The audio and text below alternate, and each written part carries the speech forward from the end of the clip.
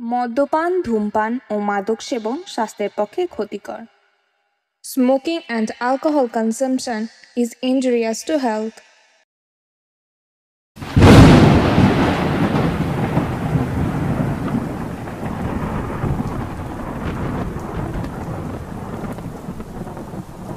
Office থেকে বেরিয়ে নিজের গাড়িটা বার করার সময় শুরু হলো বৃষ্টিটা। এত জোরে বৃষ্টিটা পড়ছে যে এই মুহূর্তে নীলাঞ্জনের পক্ষে বাড়ি যাওয়া সম্ভব নয়। আজ রেইনকোটটাও আনা হয়নি। সময়টা ফেব্রুয়ারি। এমন সময় বৃষ্টিটা যে অতর্কিতে শহরের বুকে থাবা বসাবে তা নীলাঞ্জনের ধারণাই ছিল না। এখন অফিস ফাঁকা, সময় রাত ৮টা। অফিসে সে বাদে আর কেউ নেই। সিকিউরিটি গার্ড তার হাতে অফিসের মূল ফটকের চাবি দিয়ে একটা অজুহাত দেখিয়ে বহুক্ষণ আগেই কেটে পড়েছে। সকাল ৮টা থেকে রাত ৮টা, এই ১২টি ঘন্টা জুড়ে সে নিজের সমস্ত কাজ আগে ভাগে করে নিয়েছে, যাতে পরবর্তীকালে তার যেন আর কোনো সমস্যা না হয়। পরবর্তীকাল বলার পিছনেও একটা কারণ আছে। আসলে কিছুদিন পরই নীলাঞ্জনের বিয়ে, সেই জন্যই একটু বেশি করে কাজ সে করে নিচ্ছে। প্রাইভেট কোম্পানিতে চাকরি করার সমস্যা এটাই, প্রথমত ঠিকমতো মাইনে দেয় না, তার উপর অক্লান্ত পরিশ্রম। মনে মনে বেশ বিরক্ত হচ্ছিল নীলাঞ্জন। তার সমস্ত রাগ পাশে থাকা দেওয়ালে একটা জোর ঘুষি মেরে মেটাল। পর মুহূর্তে খেয়াল করে আবেগের বশে একটা ভুল করে ফেলেছে। যন্ত্রণায় আর্তনাদ করে ওঠে নীলাঞ্জন। ঠিক এমন সময় তার ফোনটা বেজে উঠল। ইমনের ফোন। হ্যালো নীলাঞ্জন, তুমি কোথায়? আর বলো না, বৃষ্টিটা এমন শুরু হলো না, এখন অফিসে পড়ে আছি। আমি তোমার অফিসের বাইরে। নীলাঞ্জন চমকে ওঠে। সে বলে, কি পাগল হলে নাকি তুমি? এই সময় তুমি অফিসের নিচে কি করছো? আরে তুমি তো তোমার রেনকোটটা বাড়িতেই ফেলে এসেছিলে, সেটাই দিতে এসেছি। ইমনের কথা সবটা শেষ না করতে দিয়েই নীলাঞ্জন বলে ওঠে, দাঁড়াও আমি আসছি। নীলাঞ্জনের অফিসটা দুতলা, অবশ্য ওপরের তলাটা এখন আন্ডার কনস্ট্রাকশন, তাই সমস্ত কাজ সমগ্র একতলা জুড়ে হয়। গ্রাউন্ড ফ্লোর নিয়ে অফিসটা হলেও অনেকটা বিস্তৃত। এল আকৃতির এই বিল্ডিংয়ে মোট 12টা রুম রয়েছে।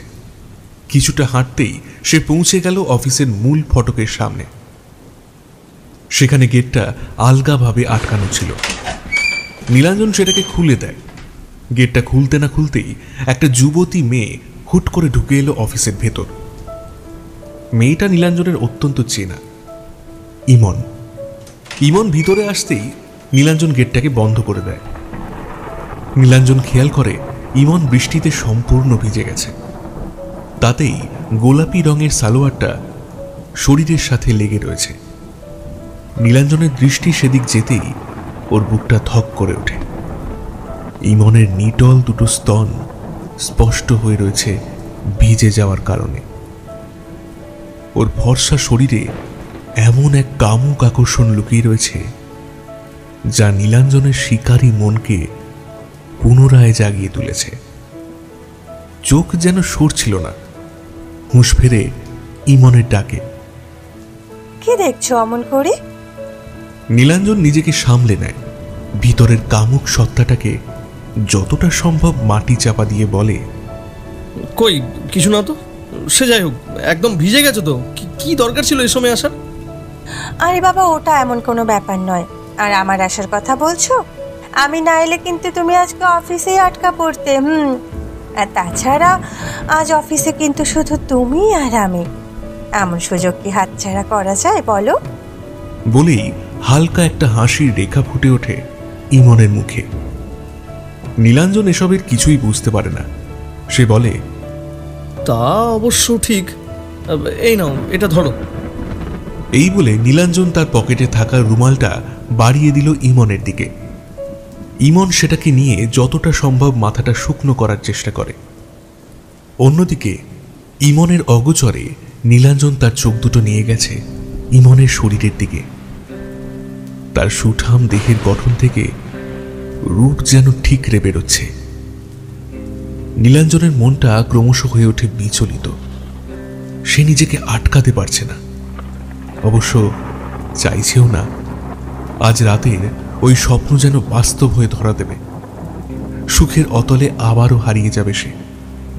তবে ইমন, সে কি রাজি হবে এতে? নীলাঞ্জন ইমনের দিকে ফেলিয়ে তাকিয়ে আছে দেখে সে বলে উঠল, কি দেখছো? এই যে তোমার রূপ। নীলাঞ্জনের স্বরে কামনার ভাব। সেই ইমনকে ফাঁসাতে চাইছে নিজের জালে। ইমন প্রত্যুত্তরে বলে, আচ্ছা, তা এমন কি আছে আমার রূপে? সে তুমি বুঝবে না। এই তোমার কাঁধে ওটা কি? ইমন কাঁধ লক্ষ্য করে দৃষ্টি সরিয়েছে, আর ঠিক তখনই নীলাঞ্জন জড়িয়ে ধরে ইমনকে। ইমন আচমকা চমকে ওঠে। সে বুঝতে পারছে নীলাঞ্জনের আসল মতলবটা কি। সেও জড়িয়ে ধরে নীলাঞ্জনকে, কিন্তু নীলাঞ্জনের আদর শুধু জড়িয়ে ধরাতে সীমিত নেই। তার আঙুলগুলো সরীসৃপের ন্যায় কিলবিল করতে করতে চলে গেছে ইমনের স্তনে। ইমন হতবিহ্বল হয়ে তাকিয়ে থাকে সামনের দিকে। পর মুহূর্তেই শুরু হয় চুম্বন পর্ব। প্রেমের সাগরে যেন শুরু হয়েছে জোয়ার। নীলাঞ্জন নিজেকে ইমনের থেকে দূরে সরিয়ে নেয়, আর তারপরে নিজের জামাটা খুলতে চায়, কিন্তু ইমন তাকে বাধা দিয়ে বলে, না না না না না নীলাঞ্জন, দেখো আমাদের এখনো বিয়ে হয়নি, আর আমি চাই না বিয়ের আগে এসব হোক। অসীম বিরক্তি ফুটে ওঠে নীলাঞ্জনের মুখে। তার কণ্ঠে রাগের স্বর। তাহলে কেন আমায় কিস করতে গেলে? বারণ করতে পারলে না তুমি? নিজেকে থামিয়ে নেয় নীলাঞ্জন। সে উপলব্ধি করে আবারও একটা ভুল হয়ে যাচ্ছিল। এরকম ভুল সে আর করতে চায় না বলেই তো সে বলল, সরি ইমন, সরি। আমি এমনটা বলতে চাইনি। তুমি ঠিকই বলেছ, বিয়ের আগে এসব না করাই বেটার। আচ্ছা ঠিক আছে, ক্ষমা করলাম। আচ্ছা শোনো না, এসব ছাড়ো, একটা খেলা খেলবে? এমন পরিস্থিতিতে ইমনের এমনতর আবদার তাকে চমকে দেয়। খেলা? হ্যাঁ খেলা। কিছুক্ষণ আগে টিভিতে দেখছিলাম খেলাটা, আমার না দারুণ লেগেছে জানো। কিন্তু এখন এই সময় কি খেলা? ইমনের মুখের হাসিটা আরো চওড়া হয়ে ওঠে। কিন্তু খেলাটা তো এখানে সম্ভব নয় মাই ডিয়ার হবু হাজবেন্ড। তার জন্য তোমায় আমার সাথে ভেতরে যেতে হবে, চলো। অগত্যা নীলাঞ্জন রাজি হয়েই গেল। সে ইমনকে নিয়ে এলো ভেতরের করিডোরে। তারপর ঘরের সুইচটা অন করে একটা অন্য ঘরে নিয়ে যায়। নাও বলো এবার কি খেলা খেলবে আমার সাথে? আগে চোখটা বন্ধ করো। চোখ বন্ধ? কিন্তু কেন? করোই না বাবা। এই খেলার প্রথম স্টেপ হলো চোখ বন্ধ করা। যা বলছি তাই শোনো। আচ্ছা বাবা, ঠিক আছে, করলাম চোখ বন্ধ। নীলাঞ্জন চোখ বন্ধ করে। সে ইমনের মিটিমিটি হাসির শব্দ শুনতে পাচ্ছে। পাগলি মেয়ে, একেবারে বুদ্ধি শুদ্ধি নেই। তা না হলে এই সময় কেউ এমন ছেলে মানুষই করে? মনে মনে হাসে নীলাঞ্জন। নীলাঞ্জন এবার বলল, কোথায় গেলে তুমি? চোখ এবার খুলবো? কোনো সারা শব্দ পাওয়া গেল না। নীলাঞ্জন মনে মনে ভাবল, এই পাজি মেয়েটার সঙ্গে তার বিয়ে হবে? হায় ঈশ্বর! আরে ইমন, চোখটা এবার খুলবো? হঠাৎই একটা অস্পষ্ট ফ্যাসফ্যাসে গলায় কেউ যেন তার কানের কাছে বলে উঠল, এবার খোলো। নীলাঞ্জনের বুকের ভিতরটা ভয়ে শুকিয়ে আসে। সে তার চোখ দুটো খুলে ফেলে। এ কি, চারিদিকে এত অন্ধকার কেন? ইমনই বা গেল কোথায়? নিশ্চয়ই দুষ্টু মেয়েটা তাকে ভয় দেখানোর জন্য ঘরের লাইটটা বন্ধ করে পালিয়ে গেছে। এবার মনে মনে বেশ বিরক্ত হলো নীলাঞ্জন। ঠিক তারপরই তার মনে আর একটা কথা নাড়াচাড়া দিয়ে ওঠে। তাহলে তার কানের পাশে খোলো শব্দটা কে বলল? পকেট থেকে ফোনটা বার করলো সে। তারপর ফ্ল্যাশ লাইটটা অন করে জোরে চেঁচিয়ে ইমনকে সে ডাকতে শুরু করে। ইমন, ইমন, কোথায় গেলে তুমি? এটা কি ধরনের অসভ্যতা? হ্যাঁ, এই ইমন, কোথায় গেলে তুমি ইমন? কোনো উত্তর কানে আসে না নীলাঞ্জনের। সে সুইচ বোর্ডের কাছে গিয়ে লাইট জ্বালানোর চেষ্টা করে, কিন্তু কি অদ্ভুত, লাইট জ্বলছে না কেন? তবে কি লোডশেডিং? ইমনই বা গেল কোথায়? আবার সে ইমনকে ডাকতে লাগলো। ইমন, তুমি কোথায়? আগেরবারের মতো এবারও কোনো উত্তর তার কানে ভেসে এলো না। ফ্ল্যাশ লাইটের আলোর সাহায্যে সে বাইরে বেরিয়ে এসেছে। ঠিক তখনই একটা চেনা কণ্ঠ চেঁচিয়ে উঠল, নীল, নীল আমি এখানে, আমায় বাঁচাও নীল, আমাকে বাঁচাও।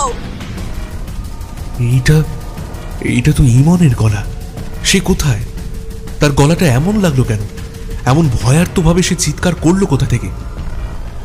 সম্ভবত দোতলা থেকে চিৎকারটা এলো না? হ্যাঁ তাই তো, কিন্তু ইমন ওখানে পৌঁছলো কি করে? সে কি একা একাই গেছে নাকি কেউ? আর ভাবতে পারল না নীলাঞ্জন। তার আগেই সে উপরের উদ্দেশ্যে এগোতে শুরু করেছে। নতুন তৈরি সিঁড়িকে পেছনে ফেলে সে নতুন অফিসের সামনে এসে দাঁড়ায়। এখানে শুধুমাত্র প্লাস্টারটাই করা। একটা টিম টিম করে হলুদ আলো জ্বলছে বাইরে। তাতে দেখা গেল এক পাটি জুতো বাইরে রাখা আছে, ইমনের জুতো। এসবের কিছুই তার বোধগম্য নয়। সে ভিতরে প্রবেশ করে। ভিতরের কারেন্টের কাজ বহুদিন আগেই হয়ে আছে। অফিসের প্রয়োজনীয় সামগ্রী এখানে রাখা থাকে, সেজন্যই আগে থেকে এই ব্যবস্থা। ইমন, তুমি কোথায়? আমি এই তো তোমার সামনে। এমন পরিস্থিতিতে ইমনের কণ্ঠে কামুক স্বর অবাক করে নীলাঞ্জনকে। সে দ্রুত গিয়ে লাইট অন করে, আর সঙ্গে সঙ্গে একটা হিমশীতল স্রোত বয়ে যায় তার সারা শরীর জুড়ে। এ কি? এসব কি ইমন? তোমার তো ইচ্ছে ছিল, আর আমিও ভেবে দেখলাম যুক্ত পাল্টাচ্ছে। এমন কি আর হবে এসব করলে? কয়েক মাস পর তো সেই তুমি আমারই হবে। নীলাঞ্জনের সামনে ইমন অর্ধনগ্ন অবস্থায়। পরনে আর সালোয়ার কামিজ নেই, বদলে সেখানে কেবল তার লজ্জা বস্ত্র। তার কোমল পেটে একটা ভাঁজ। একটা মাদুরের উপর সে বসে রয়েছে। ও, তবে এই হচ্ছে তোমার খেলা? তুমি তো আমায় ভয় পাইয়ে দিয়েছিলে একেবারে। এসব করার জন্য এমন ভয় দেখাতে হয় বুঝি? মাঝে মাঝে প্রয়োজন পড়ে তো, ভয় পাওয়াটা দরকার, না হলে যে কার্যসিদ্ধি হয় না। ইমনের কথাগুলো নীলাঞ্জনের মাথায় ঢোকে না। সেই সব গাঁজাখুরি কথা বুঝতেও চায় না। তার মধ্যে থাকা ক্ষুধার্ত নেকড়েটা আবারও জেগে উঠেছে। তার খিদে শুধু মিটবে একটা উপায়। কামনার এই ক্ষুধার নিবৃত্তি এত সহজে হয় না। সে বহুদিন অপেক্ষা করেছে এই দিনের। আজ অবশেষে চলেই এলো এই দিনটা। নীলাঞ্জন ধীরে ধীরে দুপা এগিয়ে যায় সামনের দিকে। কি অপূর্ব লাগছে ইমনকে। সে আর দেরি করল না, চটপট নিজের শার্টের বোতামগুলো খুলতে শুরু করলো। পর মুহূর্তেই শিকারী বাঘের মতো ঝাঁপিয়ে পড়ে ইমনের ওপর। শুরু হয় সৃষ্টির সেই আদিম খেলা। প্রথমেই নীলাঞ্জন কামড়ে ধরে ইমনের ঠোঁট দুটো। ইমন কামুক স্বরে চিৎকার করে ওঠে। সারা শরীর জুড়ে নিজের ঠোঁট বোলাতে থাকে নীলাঞ্জন। ইমনের চোখ দুটো আদরে বন্ধ হয়ে আসছে।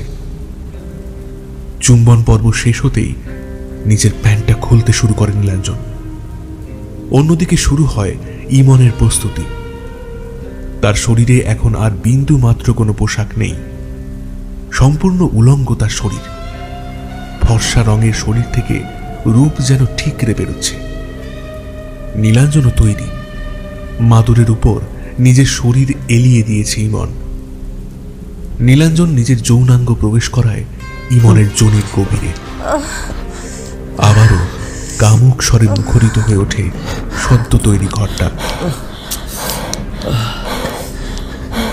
নীলাঞ্জন যেন ক্ষুধার্ত কোনো পশু থেকে থেকে তার শরীর উপর থেকে নিচে নামছে। ইমন যেন কোনো রূপকথার দেশে। তার চোখ দুটো কপালে উঠে এসেছে। পরম সুখ বুঝি এমনই হয়। এবারে বেশ কিছুক্ষণ ধরে চলতে থাকলো শিকারী আর শিকারের খেলা। নানাভাবে সেই আদর চলতে থাকে।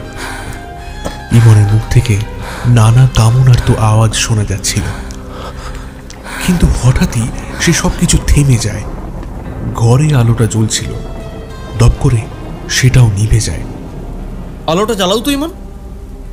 কোনো প্রত্যুত্তর আসে না। একটা নীরবতা যেন ঘরটাকে গ্রাস করেছে।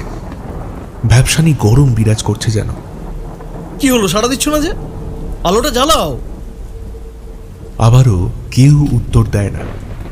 নীলাঞ্জন ইমনকে ওই অন্ধকারের মধ্যেই স্পর্শ করার চেষ্টা করে, কিন্তু কোথায় ইমন? এখানে তো কেউ নেই। তবে কি ইমন উঠে পড়েছে? ধরফর করে দাঁড়িয়ে পড়ে নীলাঞ্জন। অন্ধকার হাতড়ে নিজের পরনের বস্ত্র পরতে শুরু করে। মোবাইল ফোনটা প্যান্টের পকেটে ছিল, সেটা সেখান থেকে বার করে নীলাঞ্জন। সময় রাত 9:30। অনেক দেরি হয়ে গেছে, কিন্তু ইমন কোথায়? ইমন, এই ইমন, কোথায় গেলে তুমি? একটা গা বমি করা দুর্গন্ধ সমগ্র ঘর জুড়ে হঠাৎই আবির্ভাব হলো। একটা পোড়া গন্ধ। সেই পোড়া গন্ধে তার গাটা গুলিয়ে উঠল। কি বিচ্ছিরি! এমন পোড়া গন্ধ এখানে কোথা থেকে আসছে? মোবাইলের আলোটাই এই মুহূর্তে সম্বল। দ্রুত পা চালিয়ে সে পৌঁছে যায় করিডোরে। হঠাৎই নীলাঞ্জন টের পেল তার কাঁধে এক ফোঁটা তরল এসে পড়ল। হাত দিয়ে সে সেই তরলটাকে তার নাকের কাছে নিয়ে এলো। সঙ্গে সঙ্গে তার গা বমি দিয়ে উঠল। ফ্ল্যাশলাইটের আলো তার হাতের কাছে ফেলতেই ভয়ে তার গা দিয়ে একটা শীতল স্রোত বয়ে গেল। রক্ত! রক্ত এলো কোত্থেকে? তার এমনই অস্বস্তি হতে লাগলো যে অজ্ঞান হয়ে যাওয়ার জোগাড়। সে নিজেকে যা হোক করে সামলে ফ্ল্যাশলাইটটা উপরের দিকে মেলে ধরল। লাইটের আলোতে নীলাঞ্জন যা দেখল তা কোনো সাধারণ মানুষ কল্পনা করতেও পারে না। উপরের ছাদের সঙ্গে লেগে রয়েছে ওটা কি? সারা গা পুড়ে গিয়ে কালো হয়ে গেছে। কিছু কিছু জায়গা থেকে মাংস উঠে এসেছে। চোখ দুটো কেউ যেন পরম আক্রোশে খুবলে নিয়েছে। তার জায়গায় দুটো অন্ধকার কোটর। সম্পূর্ণ নগ্ন অবস্থায় মুখে একটা হাসি নিয়ে সে তাকিয়ে রয়েছে নীলাঞ্জনের দিকে। এই যে ইমন! কিন্তু তার এমন অবস্থা হলো কি করে? এই যেই হোক না কেন, কোনো স্বাভাবিক মানুষ তো নয়। নীলাঞ্জনের পা দুটো যেন কেউ মাটির সঙ্গে আটকে দিয়েছে। তার স্নায়ুগুলো আর যেন তার অধিকারে নেই। সে কিছুতেই তার সমগ্র দেহটাকে নিজের অধিকারে আনতে পারছে না। তবে এই বিভীষিকার হাতে নিজের প্রাণ দিলে হবে না। এক রাশ সাহস জুগিয়ে সে ছুটতে লাগলো। প্রথমে দোতলা থেকে নেমে এসে সিঁড়ির কাছে পৌঁছে যায়, কিন্তু ঠিক তারপরেই সিঁড়িতে কিছুতে একটা ধাক্কা খেয়ে সে পড়ে যায় হুমড়ি খেয়ে। অন্যদিকে ওই পিশাচিনী তাকে ধাওয়া করতে করতে চলে এসেছে। এখন তার সামনে দাঁড়িয়ে রয়েছে। নীলাঞ্জন বাকরুদ্ধ। তার মুখ দিয়ে কথা বেরোচ্ছে না। ভয়ের চরম সীমায় উত্তীর্ণ হয়েছে সে। ওই অজানা বিভীষিকা হেসে হেসে একটা ছড়া কাটতে লাগলো। ভয় পেও না, ভয় পেও না, তোমায় আমি মারব না। সত্যি বলছি, কুস্তি করেও তোমার সঙ্গে পারবো না। মনটা আমার বড্ড নরম, হাড়ে আমার রাগটি নেই। তোমায় আমি চিবিয়ে খাবো, এমন আমার শান্তি নেই।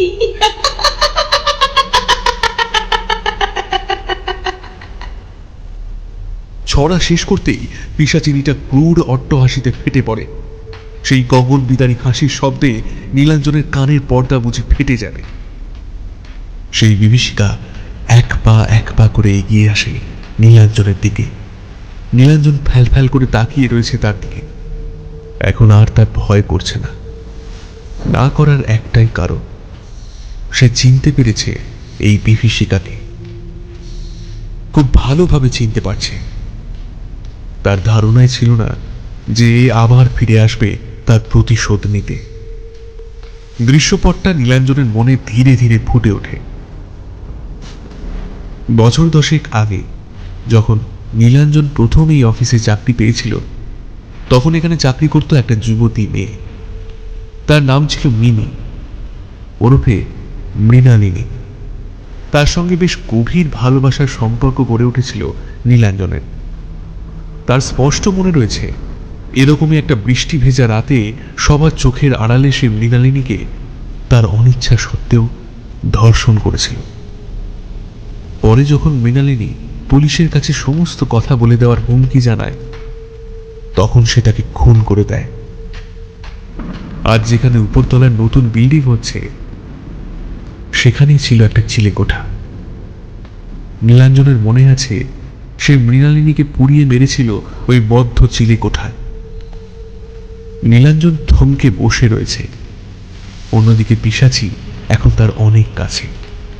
সে নীলাঞ্জনের চোখের দিকে তার ধারালো নখ দুটো বাড়িয়ে দেয়। তারপর সঙ্গে সঙ্গে নীলাঞ্জনের চোখ দুটো পরম আক্রোশে খুবলে নিয়ে পুড়ে নেয় নিজের মুখের ভিতর। তারপর পরম তৃপ্তিতে সেটা চিবিয়ে চিবিয়ে খেতে লাগে। পিশাচি এবার এগিয়ে গিয়ে নীলাঞ্জনের শরীরটা ফালা ফালা করে দেয় দুদিক বরাবর।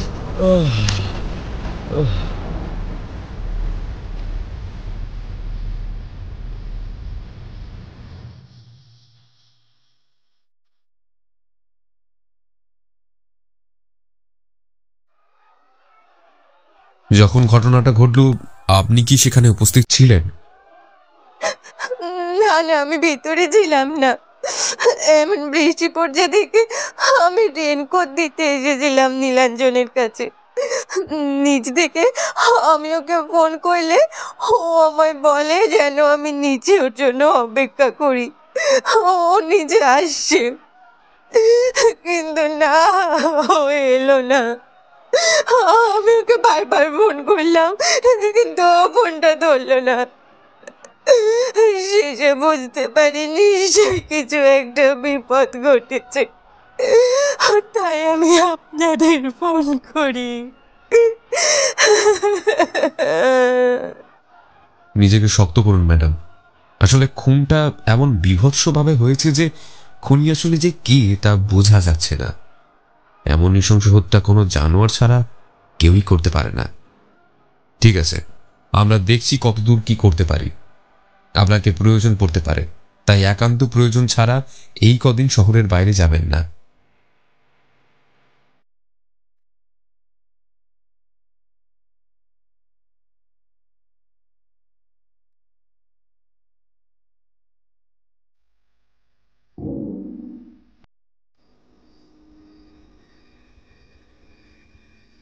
অফিসের অপর প্রান্তে একটা ছোট্ট খোলা জায়গা। সেখানে কতগুলো বেঞ্চ পাতা, কিন্তু এত রাত যে সেখানে কেউই বসেনি। কেবল ইমন একটা বেঞ্চ দখল করে বসেছিল। তার দৃষ্টি কাছাকাছি কোথাও নেই। নীলাঞ্জনের অফিসের আন্ডার কনস্ট্রাকশন বিল্ডিংটার দিকে তার দৃষ্টি সীমাবদ্ধ। সেখানে একটা মেয়ে দাঁড়িয়ে, সম্পূর্ণ নগ্ন অবস্থায়, সারা গা পুড়ে ঝলসে গেছে। তার দিকেই করুণ দৃষ্টিতে তাকিয়ে।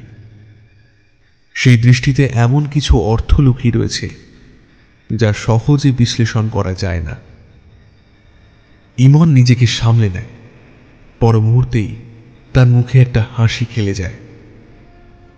ঈশ্বর শেষমেশ মুখ তুলে চেয়েছে।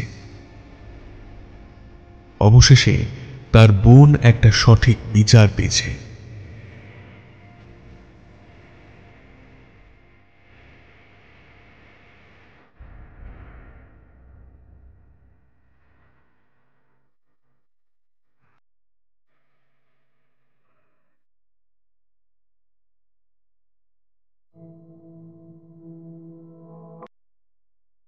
শেষ হলো আজকের আমাদের গল্প। প্রখ্যাত লেখক দিগন্ত চ্যাটার্জির কলমে ক্ষুধার্ত কামনা। আশা করি এই গল্পটি আপনাদের সবার ভালো লেগেছে। এরকম আরো অনেক অনেক গল্প শুনতে থাকুন আমাদের চ্যানেল 38A বিচুর স্টেট। ভালো থাকবেন, পাশে থাকবেন। ধন্যবাদ।